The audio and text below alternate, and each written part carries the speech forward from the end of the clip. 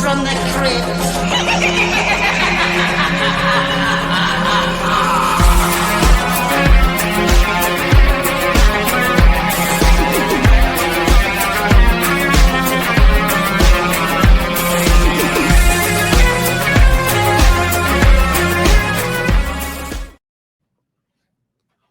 Hello, boils and ghouls. Welcome to another episode of Dads from the Crypt. My name is Jason. I'll be your host tonight, and joining me is Allison from the Who's There podcast. Welcome. Hello. So good to be here. Hello. Thank you. Thank you for coming on. Tonight, we're going to do something a little bit different. We're doing kind of a mini review. Both of us got to see an early screening of the latest Final Destination movie. Latest as in almost 15 years since the last one, if you can believe it or not. And I think we both had a great time, so we wanted to talk about it. We're going to do, it's going to be, like I said, a much more simpler episode than we normally do. We're going to have like a spoiler free, since this is a new movie. So we're going to do a spoiler free section, and then we'll give everyone a warning, and then we're going to dive into a little bit more detail, specific deaths and things of that sort. But Allison, why don't you start us off? Give me your spoiler-free thoughts. I had a lot of fun at this. I only ever saw the teaser trailer, and I didn't watch the full trailer after that, so I had no idea what to expect.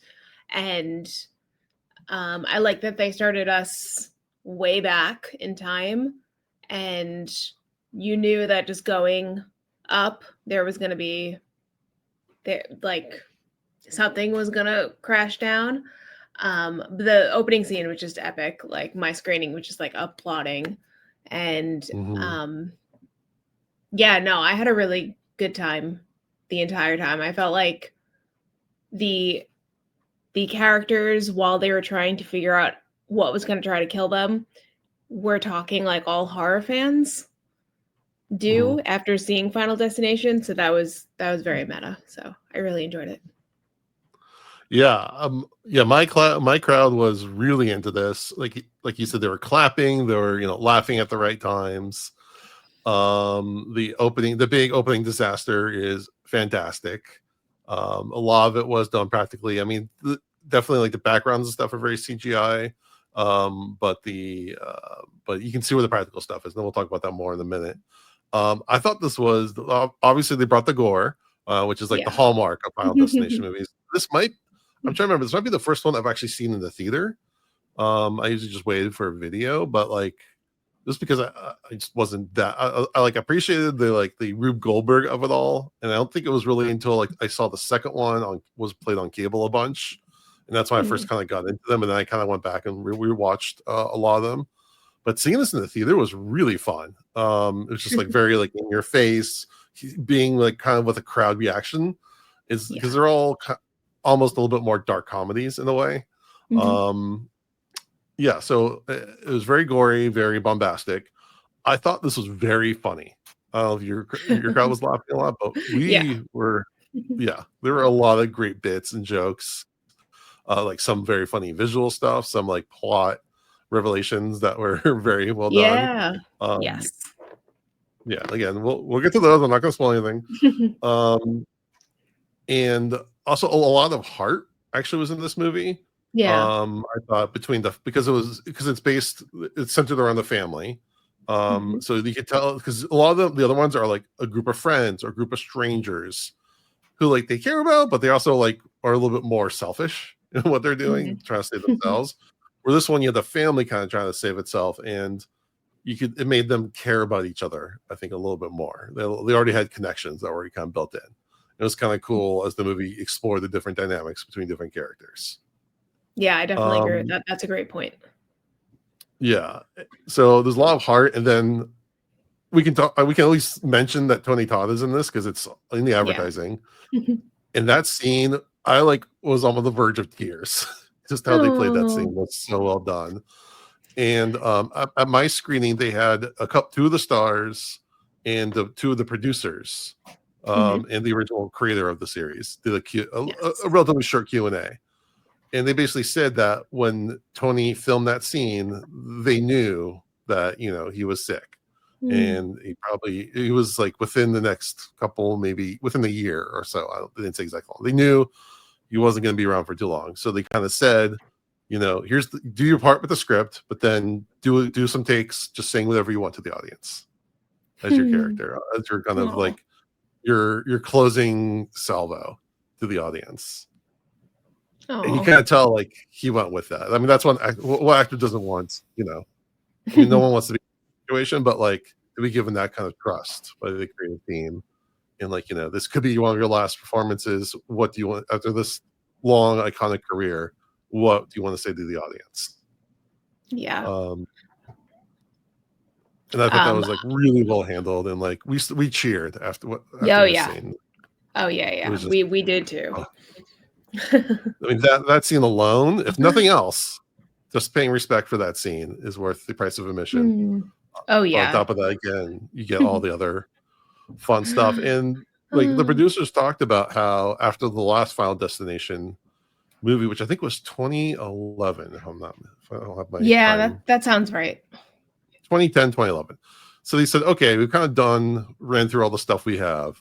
Let's give it a break. We'll come back to it eventually. And then they said like 2019-ish, they were kind of ramping up they were like actively working on that and taking ideas and stuff.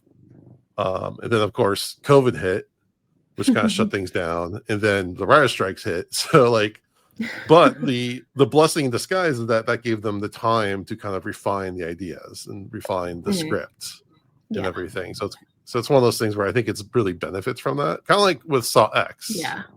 Yeah. How it really benefited from having some space.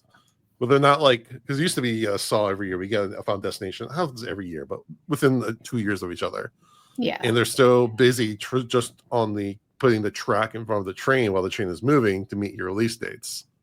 But when these series have the time to let things breathe and bring in new ideas, it really benefits.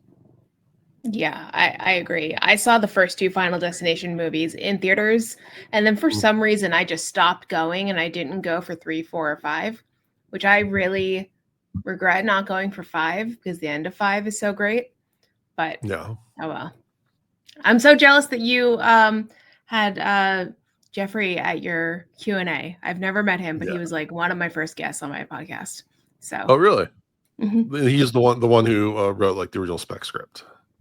Yeah, which was originally going to be he wrote it as a potential X-Files episode. He never actually sent it in, but more like an exercise. So I'm sure for the full interview, you said it's like one of your first ones. Yeah, I think it's episode 14. Okay. Yeah. So everyone go check out the Who's There podcast, episode 14 for more. I'm trying to think. Also, the producers talked about how they were on Zoom interviewing different directors. They're taking like pitches and whatnot. And when they got to the team that they ended up hiring to make this movie, they had a setup where they muted the producers and they're giving the presentation, and they had a fireplace in the background. And suddenly a spark from the fireplace flew up and something in the background caught fire. And the producers are like trying to point at them and yell at them, but they were muted so they couldn't hear them. And then like the whole background started catching on fire. Then something fell from the roof and smashed one of them. Like the whole thing happened. It was all staged, obviously. Oh wow. Like pre-rendered, and they like matched their clothes to the video. And at one point they just kind of ducked out. They played this whole gag on the producers, and they said like, they already had the gig, but that's really how they knew that they were true fans. Oh, that's so neat. Unfortunately, at least they're saying that they don't have the footage of it. They didn't record the meeting for whatever reason. But that'd be a really cool extra feature if they're able to find like at least the directors on their end. I'm sure they have the file somewhere. But that would be really, really cool to include that. Yeah. I found really interesting. I don't know if the cast mentioned this at your Q&A, but at mine, they said that they filmed every scene, obviously not like the disaster scenes, but they filmed every scene with the actors twice as scripted. Once they let them do it once improvised, and then they had them do it a 4th time silent, and they could only use their facial expressions to get the point across. So that's really interesting. Yeah. Yeah, they did. The two of them that were at mine did say that they did a lot of improv. They did Yeah. mention that method, but that's really cool. Yeah. Who was at your screening? At my screening was, I have the IMDb up, Breck Bassinger, who played Mhm. Iris, Richard Harmon, who was Eric. Maybe it was Anna Lore, who was Julia, Tio Brion, Julia. who was Charlie. The Julia, was that actress of Julia yours? was at mine. Yeah. Okay. Then this Owen Patrick Joyner, who was Bobby, was there, and Caitlin Santa Juana was there, who played Stephanie, the main person. Mhm. Yeah. Yeah, it was Julia and the woman who played, I think it's Darcy, the mom. Oh, yeah. Darlene. Was that mine? Darlene, thank you. Yeah. Yeah, well, they were quite lovely. Yeah. All right. Any other non-spoiler thoughts before we really dive in? No, I had a lot of fun. I really liked it. Yeah. I mean, I wholeheartedly recommend this movie. Again, I also really recommend that you see it in the movie theater. I think it plays really well in the audience. There's a lot of like big gory applause scenes, and there's a lot of Yes. funny jokes that I think will be really beneficial to see with an audience. Oh, yeah, for sure. Especially because this is like the first time back after, I don't know, like 12, 15 years. Was your screening in IMAX? I don't think so. Okay. Mine was. I'm Go pretty see it in sure. No, IMAX. It's a lot of fun. That's cool. Yeah, well, because again, we know the opening takes place on top of a building, so it's a very there's a big aerial shots and stuff, which look really cool. Yeah, I did not know Okay. that was the opening scene, so I was totally surprised. Okay. Well, okay, we'll get into that, but yeah, we're gonna talk spoilers in 3, 2, 1. Spoilers are now available. So I saw two trailers. One of them was some sort of teaser that did show that it was going to be on top of the building, but it didn't really show exactly what that building was going to be. Okay. And again, since we're in spoilers, we can say that it's not the Space Needle, but it's like a Space Needle. It's called like Skyview or something like that. What's funny though is it's also like on like a lot of the promotion. There's like you can see something that looks like the Space Needle with the big skull flaming thing coming out of it. But I didn't really put it all together until I kind of sat down and I turned to this, random person I was sitting next to that I was just kind of chatting with. I'm like, I have been to the Space Needle. I proposed to my wife on the top of the Space Needle. I'm like, if that thing goes down, it's going to be pretty messed up. Well, a similar thing happens in this one. So and then then it opens up in the past, and you have a man and a woman together, and they're obviously dating something. Like he's taking her up there, and I look to my person and says, "Oh no, he's gonna propose, isn't he?"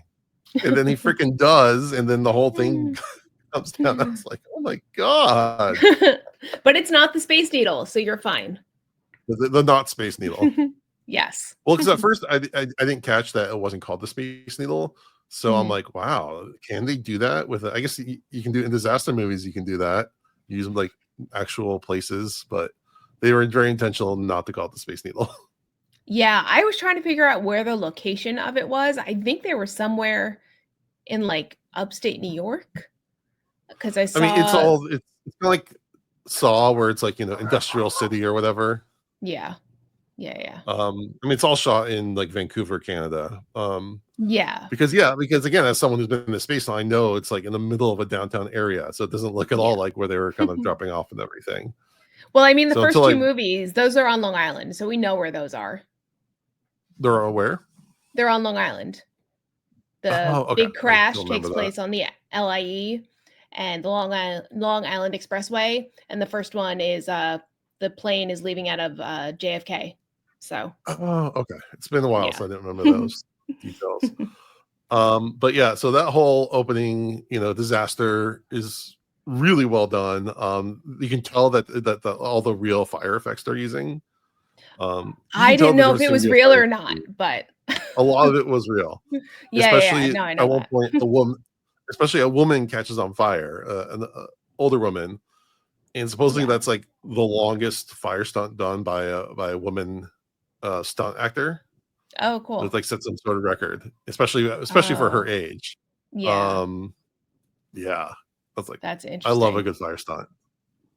I for a couple of weeks once, many years ago, I dated a guy who did fire, who was a stuntman who did his specialty was like fire.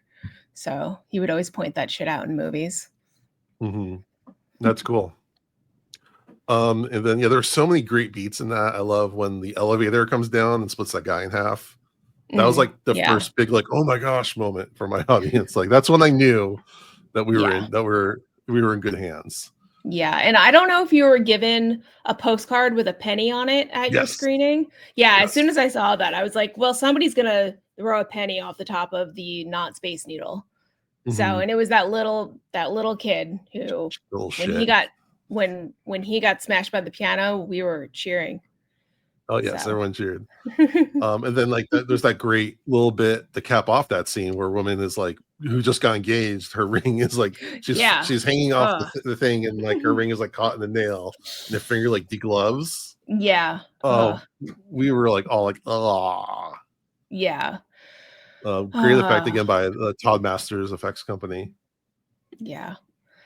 The Eric character, the one who, since we're in spoilers, he's not actually related. He has a different dad. Yeah, from the that family. fake out was amazing. Yeah, I think he was one of my favorites, and he reminded me a lot of one of the characters from Final Destination 2. He's the one that's like the like big drug user, and he tells the muscle car guy, right?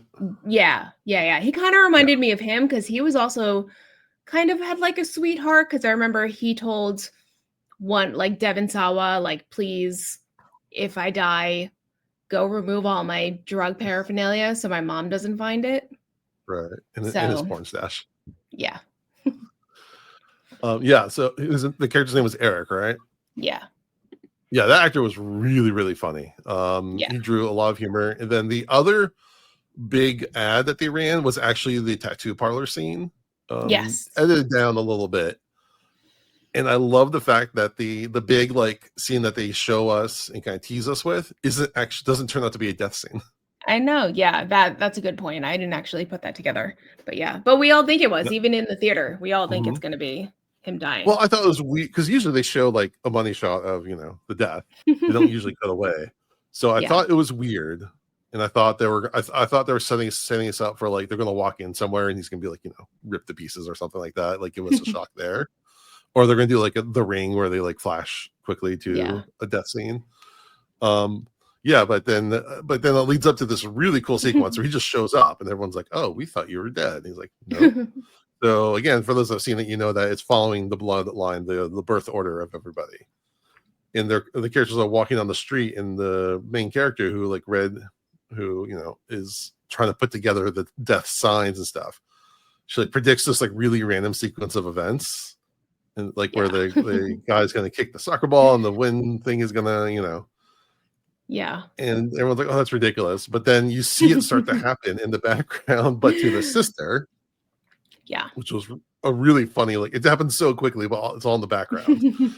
And then we find out that the guy wasn't actually part of the family, at least the maternal bloodline.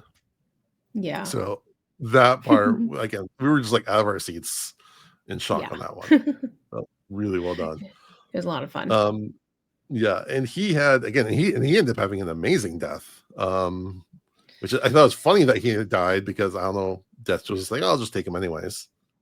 Yeah. Well, I don't know if he really had a choice because it was the MRI machine. It just wanted everything. And the Prince Albert. I guess that they say if death messes with you, or if you mess with death, it messes with you back.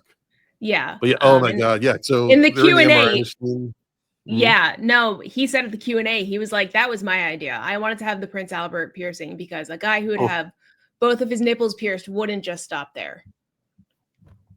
Oh yeah, we were screaming in our theater when his nipple piercing started going through his shirt, and then his pants started moving. And that whole sequence where he gives his brother the candy, and he's like, "I don't want unsalted peanuts. I want the good shit." Yeah. I can't imagine not being able to eat peanut butter. I have a friend who has a nut allergy, and I I don't know if I should tell him before he goes to see this, whether or not that's in there. But it's not like it's going to affect him, but still. And again, supposedly at my screening, they mentioned that he really does have a nut allergy in real life. No, he did not mention that. So they had to make it out of soy or something. Oh, that's interesting. That actor who Owen Patrick Joyner, he said they were asked, which character are you the most like? And he said he was the most like his own character because he had a ton of anxiety. And he's like, yeah, that would be me. Yeah, I see that. That again, I thought he did a good performance. I thought all of them, for a Final Destination movie, gave good performance. I mean, they don't like hang on the deeper emotionality. My one criticism, and again, it's not a big criticism for a Final Destination movie, is the Arlene. Her character just kind of wanders in and out of the movie a little bit. Where she's the estranged mom, and she kind of shows up, and it's awkward, but it's awkward to the daughter that she left, which is understandable. But they never have her reconcile with the husband. He's just kind of standing there. Yeah. And I was like, I would think the husband would have a say or something. I feel like there's a scene that was left on the cutting room floor. They're like, we don't need this, or it's messing up the momentum, which I understand. Again, it's not the priority of the movie. It just felt a little awkward. Yeah, no, I understand that. I hadn't thought about that, but that's a good point. Well, and what drives it even more home on my screen, they said originally they filmed a whole death scene for her at the hospital as they were leaving. For the mom, it was like one of the leathers from the hospital sign was supposed to fall on her. Oh, okay. But they wanted her, but then they decided that they wanted to have her character be part of the climax of the movie and have it kind of like, it felt like they didn't have enough time with her, and they wanted to like make it kind of a little more like their family reunited when it was just the three of them.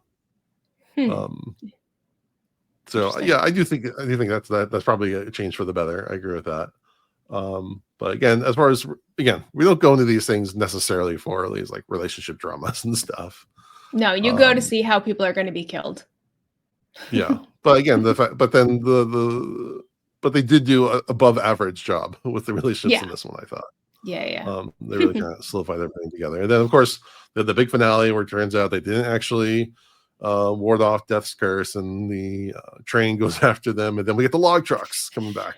Yeah. Oh my God, that was epic. That was great. I loved it. Yeah, like that is the kind of thing that the big screen really helps with.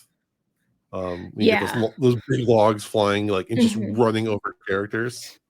Yeah. It was like very fan servicey, but like in a good way.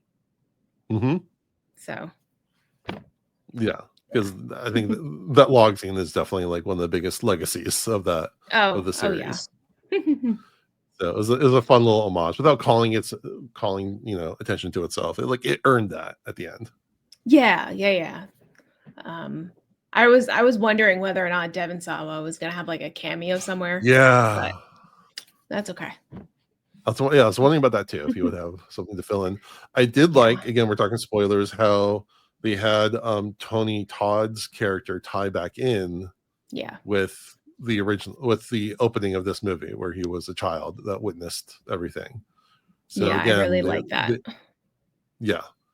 It's again one of the things that makes a lot of sense, but you don't really realize it until until they want you to, which is good writing. Totally.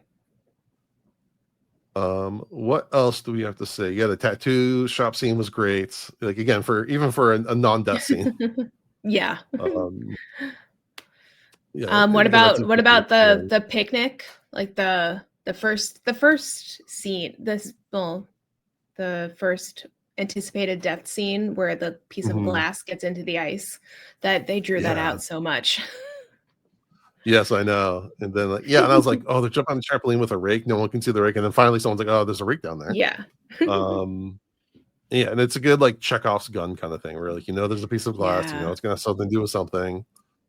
That was really good. And oh man, the daughter getting crushed by the trash compactor truck. Yeah. Ugh. Ouch. Yeah, that was a very visceral one too, because they show her head just getting like crushed in two ways, Yeah. and that was Ugh. really gnarly. I like that. Did they say at your Q&A how long it took them to film the opening scene?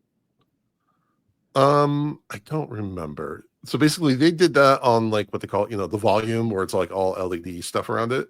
Mm-hmm. So like they had all that. I think they had two units. One that was kind of filming that, and the other one that was filming like the rest of the movie. Mm-hmm.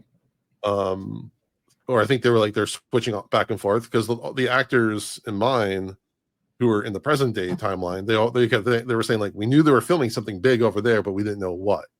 Like they knew there was a disaster that happens on top of a not Space Needle, and but they didn't have like the visuals or anything. So when they finally got to see the movie all together, like, oh, okay, now we see Yeah.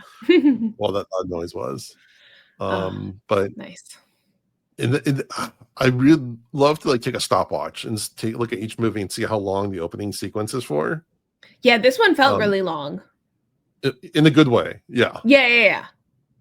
Part of In me a was good like, are we way. gonna have like, but there was that point where I'm like, are we gonna have like half the movie, or like the first quarter of the movie be this kind of like flashback sequence? And I'm sure it feels longer just because the tension was so high. Yeah, well, There was a this lot of things we movie, kind of set up. this Final Destination movie was about 20 minutes longer than the others. The Mm, others are usually like an hour and a half, and this was an hour and 50 minutes. I looked it up okay. beforehand. So, Yeah, I'd be curious to see if this is how long this sequence compares to the other ones. yeah. But yeah, I mean, I love a good period piece, a disaster thing like that. It's really fun. And then of course they do Shout, which I went to University of Oh my Oregon, God. and that's the thing that we do Oh, between the third okay. and fourth quarter of football games is do Shout. And well, because of Animal House, where they Okay. do Shout, was filmed at University of Oregon, so that's become like a thing Oh, there. cool. Um, Fun. yeah, well, they have that, and they had like the ring. There's a callback to Ring of Fire, and Yes. Yep. there's another song was like Raindrops Keep Falling on My Head. Is that what it was? Yeah, stuff because it's starts raining. when the bodies start falling from the sky. Yeah, that was Yeah. really funny. Oh, and I don't know if it was intentional or not, but when I first saw Titanic, I think my mom took me or something like that, and I thought it was an okay movie. But like when that first person like falls off the boat and hits the head on Yeah. the propeller and flies off, I like laughed Yeah. like very Ouch. loudly in the theater, and everyone kind of looked at me like I was sick. And there's a scene where someone again falls in this movie and hits their head on like a beam and goes flying in a very similar fashion. I'm curious if that was intentional. Yeah. Oh, yeah, that looks like it hurt. So, Yes, a lot of things. This movie looked very painful. Yeah, I'm looking at the like fun facts on IMDb, Mm-hmm. and this is the first Final Destination movie in 14 years. Mm-hmm. And the original early treatment was said to delve into the deadly world of first responders, which would have been Yeah, interesting.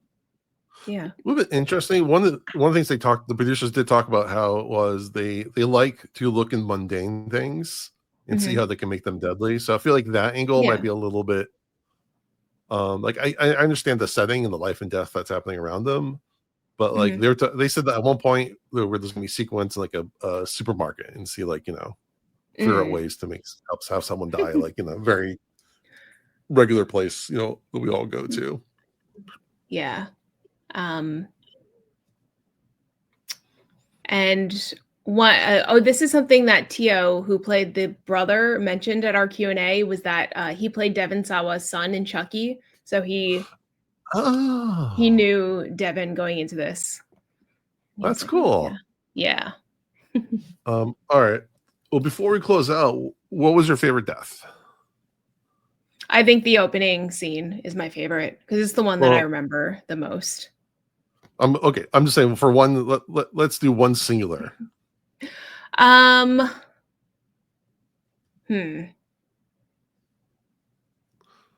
gonna say the lawnmower. The lawnmower. Yeah, that was the dad. Yeah. Yeah. The uncle. Is it? Or the It's the brother. well, he was. I the mean, brother he's of the the father mother. to some people. Yeah, Yeah. brother of the Yeah, mother, but yeah, the other kid's uncles or the other guy's father, the other kid's father. Yeah, that was really good. Yeah. Part of me wants to say the elevator splitting the guy in half, only because like that was like the first like, okay, let's see how hard they're going to go with this movie, and that was like, okay, we're going hard with that. But probably the MRI sequence, Okay. partly because it was 2 kills in one, and just it was so damn funny with the piercings bit. I love the humor and the macabre. Yeah. So well done. I felt so bad for them. Feel bad, but for my entertainment. Yeah, obviously. All right. Well, before I let you go, Allison, why don't you tell me what's going on with Who's There and where people can follow you? So, Who's There is my podcast. You can find it at whostherepodcast.com or any streaming platform. It's where I interview horror fans and creatives about why they love the horror genre. These will have already been released by the time it comes out, but I'm interviewing Felipe Vargas, who directed a new horror movie called Rosario that's out in theaters right now. And the week after, I'm having Adam Cesar on, who wrote the original book for Clown in the Cornfields, and that is coming out in theaters on the 9th, I think. So you can go check those out. And I also, last May, had Mike Flanagan on, but that's a year old, so. Oh. Still though, that's a landmark one. So, all right. And where can people find more about Who's There? You can follow us on Blue Sky and Instagram at Who's There PC. You can email me who'stherepc@gmail.com, who'stherepodcast.com. Yeah, all that. Come check us out. Very cool. All right. Well, I thank everyone for listening. I would appreciate if everyone give us a like and review on YouTube, like and subscribe on YouTube, follow on Spotify, just press all the things. We're also on TikTok at Dads from the Crypt Talk. And with that, I thank you for listening to Dads from the Crypt. Follow Dads from the Crypt on Facebook, Twitter, and Instagram, or I will follow you to the grave. No, seriously, you really should watch. But be careful what you ask for. You may get it.